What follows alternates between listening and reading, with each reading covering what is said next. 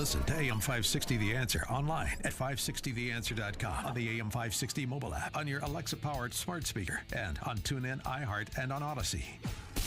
Now, from the Signature Bank Studios, this is Chicago's Morning Answer with Dan Proft and Amy Jacobson. Only the biggest stories, only the biggest guests, and only the biggest opinions. This is AM 560, The Answer. Top of the morning, Dan and Amy, and it's working out basically as predicted so far with respect to President Trump and the indictments he's incurred to date, potentially more to come, likely more to come, in Erie, Pennsylvania this weekend at a Trump rally.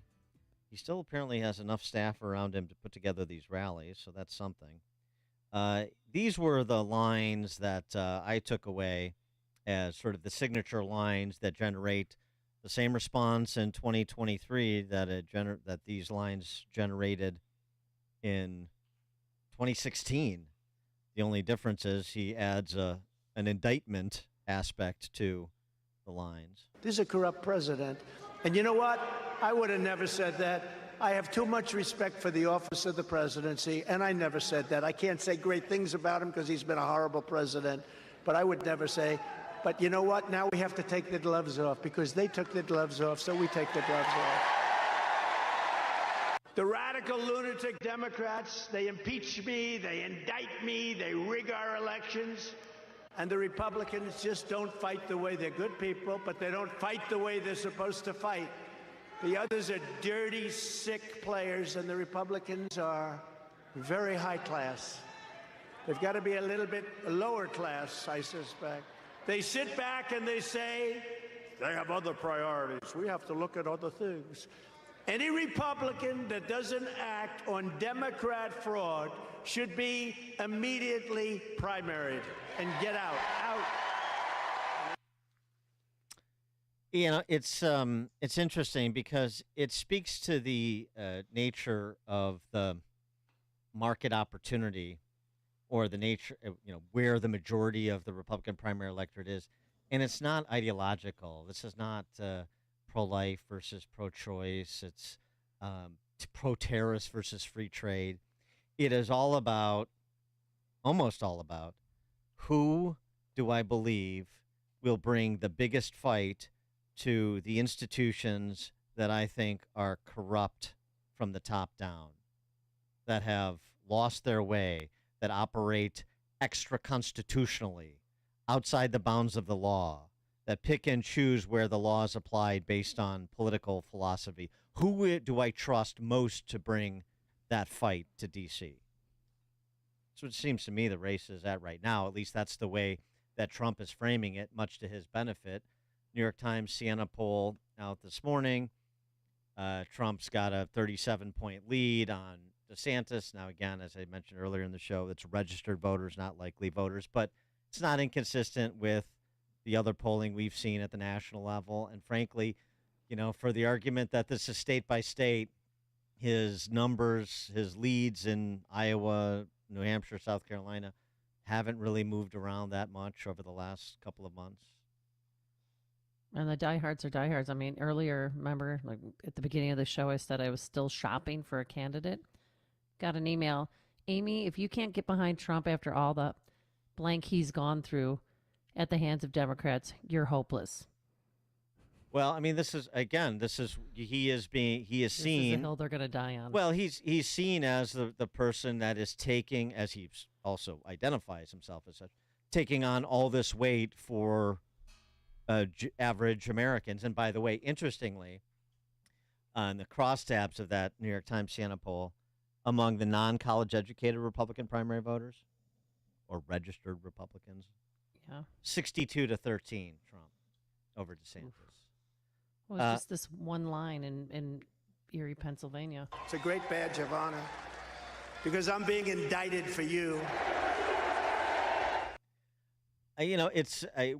Regardless of what you think about Trump's recklessness, how much of this he brought on himself, the quality of the cases against him, people basically see like this guy can take on the entire world in furtherance of my interests. And who else can say that they can do that, or who else has proven they can do that? It's a pretty strong argument for him to make.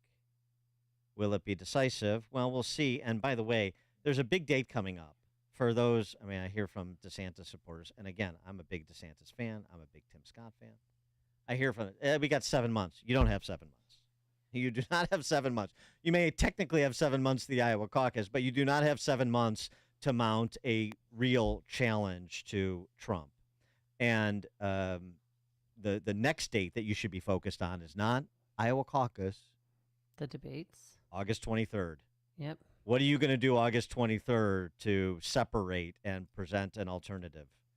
David Drucker joins us. He's senior writer for The Dispatch, author of In Trump's Shadow, The Battle for 2024 and the Future of the GOP. David, thanks for joining us. Appreciate it. Yeah, good to be here, guys. So your assessment of the state of the race with the latest polling out and the latest back and forths on the trail, including Trump's rally in Pennsylvania over the weekend. Yeah, listen, look, I think you hit on one thing that's very important that I discovered in the reporting for my book, which is that above all else, Republican primary voters want a fighter, right? And whoever they think is the biggest fighter amongst the group or amongst any collection of candidates, really in any primary contest, is often, if not always, going to rise to the top of that primary contest. And it's still very hard to outdo Trump as a fighter, because even other Republicans who do present as fighters and are fighters, you could look at Governor Ron DeSantis and you could look at others, they're going to have, they always exhibit a certain respect for the party and institutions such that they're never going to go as far as Trump. It's not that they couldn't, but they don't, and so it has made it difficult for them. I also think the indictments have made it difficult for them. I think it's possible the race would have been more competitive if Trump wasn't indicted at all. I would say, just as a political reporter, I hate certainty. Yeah. In 2015, 2016, everybody was convinced. Euphemistically, I say everybody, that Trump couldn't win.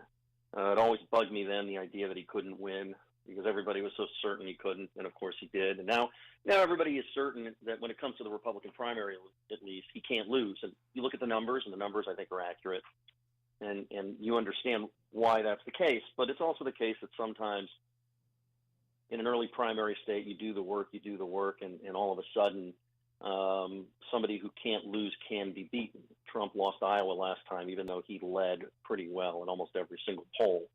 And he was in trouble in New Hampshire until Marco Rubio flubbed the debate. So I'm not saying, never mind, Trump's really not doing as well as he is. He is, but I just hate certainty. The debate is going to be big. They're always big. But if you're a candidate on the ropes, or if you're a candidate polling in the single digits, and you don't have a good debate, I don't think there's going to be a lot of mulligans. Yeah. So the pressure is going to be on, whether Trump's on the stage or not. Well, shouldn't he be on the stage? I mean, isn't it kind of childish for him not to show up? Well, I'll leave that to you. I mean, his supporters probably don't care. So I think there's probably an element of Trump's support and it's not that they don't like him, but sometimes you collect a lot of support because everybody thinks you're going to win anyway, or you're not really aware of any other candidate because Trump just dominates the media environment. So it's possible that if Trump doesn't show up, and your average Republican primary voter, not your committed Trump base, but the base beyond that, tunes in, doesn't see Trump, really likes what they see from DeSantis or Haley or Scott or pick your favorite, and they're like, wow, you know what? I think I'm going to support them, and why isn't Trump there?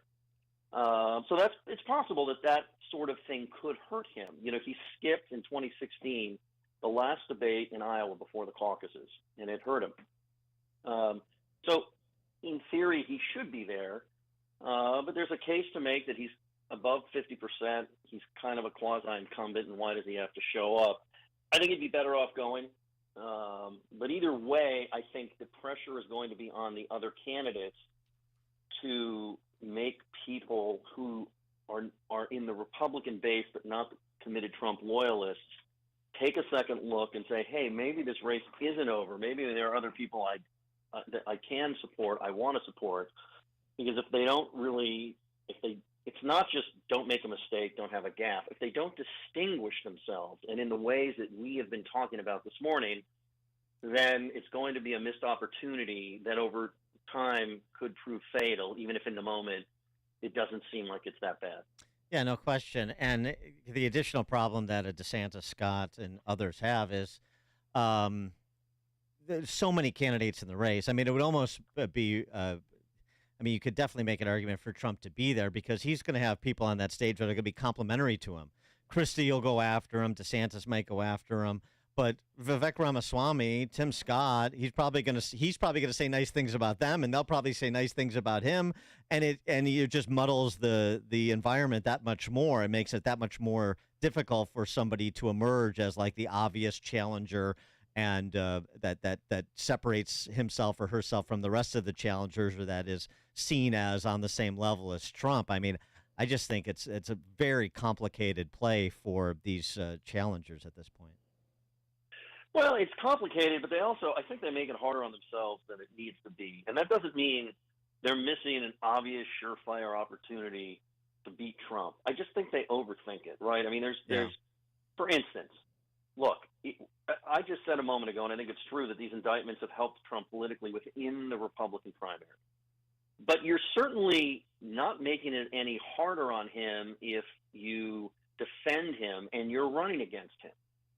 I'm not saying that if you didn't defend him, therefore his support would sink. But if you actually take Trump's argument and help him along with it, and you're a Republican primary voter listening to all of this, you don't even have another argument to listen to. And the thing is, you could say, I'm not saying it would work, but you could say, Donald Trump says that they're all out to get us, but really they're all out to get him because I haven't been indicted, you haven't been indicted, and you could list 50 prominent Republicans with influence, and they haven't been indicted. Now, maybe. I'm not saying it would work, but when you defend Trump and say, yeah, the poor guy's really, they're really going after him for no reason, you're a voter, you're like, well, Trump's opponents agree with Trump.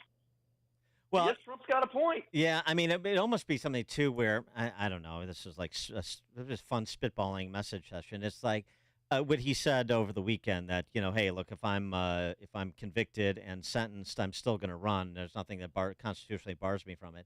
But that statement's like, look, I can stand on the stage and say I appreciate what Trump did in his term as president. I appreciate the fight that he puts in. But I mean, we can't have somebody in prison as our nominee for president of the United States in 2024. I mean, the prospect that he would take it that far is just something that we should say that is unfathomable. It's untenable. And whatever the numbers are now, that is not going to be a good look for the Republican nominee or for the Republican Party. So we just can't have somebody that is willing to go to those lengths. We need somebody that's willing to fight the institutions from the other side of the bars. Maybe, I don't know. I think that, I think ultimately the real problem with not at least attempting to make that argument or the argument I just, made out of thin air is you cannot prove to Republican primary voters that you are the biggest fighter on the block if you won't fight Trump and take the fight to him, and if you're busy sticking up for him. Trump, if the roles were reversed, Trump would use these indictments against Haley for sure, or whomever they were against, and he would pummel them with it. He would say, the Biden Justice Department is targeting them. It's political. It's unfair. It's all the stuff that they say for Trump. He would stomp on them. Yeah. And they need to, and so you can't be the biggest fighter when you're defending the guy who's beating the heck out of him. Well, the other problem that these challengers have, like DeSantis, essentially making the electability argument, is, they're coming at DeSantis from a different way, but just as hard as they are Trump. I mean, DeSantis, he's even more extreme than Trump. He's more of a fascist and this and that. So, like, the idea that anybody's going to get a free pass, but also this idea that Trump can't win.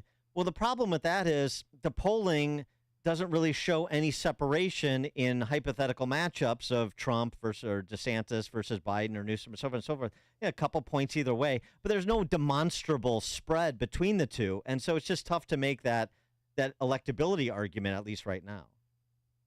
I agree with that. The race is simply too close in our electoral college system. When you look at how close it was in 16 for Trump, in 20 for Biden, and when you look at how razor thin these Senate races are over the past couple of years, whether they went for Republicans or against in competitive states, you can't just definitively say, and this is again where I'm an enemy of certainty, there's just no way Trump could beat Biden. Well, I mean, of course there's a way Trump could beat Biden. And, once you're the nominee, you can win. Once you're the nominee, whatever your past indiscretions are, things become legitimized and people start to look at things with a binary choice. Is it difficult for Trump to beat Biden? If you look at it from a general election standpoint and you look at independents and you look at how fervently Democrats will crawl over broken glass to vote against Trump, no matter who the nominee is, yes. But is it inconceivable? Hardly inconceivable. And you're right to point out polling. It's not like, Biden's winning general election hypotheticals by an average of 10 points a pop. I mean, he's just not. He loses a few. He's ahead in some. The one thing he has going for him in those polls, if you look at vote share, whenever Trump's ahead, he's usually topped out at 46%. Whenever Biden's ahead, he usually gets to 48% and above. But Trump could win if he's the nominee. I think Republican primary voters see that. And absent some demonstrable proof that there's just no way in heck Trump could actually ever win, which I don't think we'll see in a divided country, it's a lot harder to make the electability argument. Also, one thing on DeSantis, he has run a campaign that seems to have targeted Trump voters as though he's trying to convert Trump loyalists instead of trying to coalesce the broader Republican electorate. And I think that has hurt his general election argument for electability. David Drucker, senior writer for The Dispatch, author of In Trump's Shadow, The Battle for 2024 and the Future of the GOP. David Drucker, thanks as always. Appreciate it. Anytime, guys. Thank you. Thank you. And he joined us on our turnkey.pro answer line. You've made the switch, and it feels so good. You switched to Chicago's Morning Answer on AM 560. The Answer. Signature Bank is Chicago's fastest growing independently owned business bank. It's a bank where relationships still matter. Signature Bank knows your name and your story. I'm Dan Proft, and I know this because Signature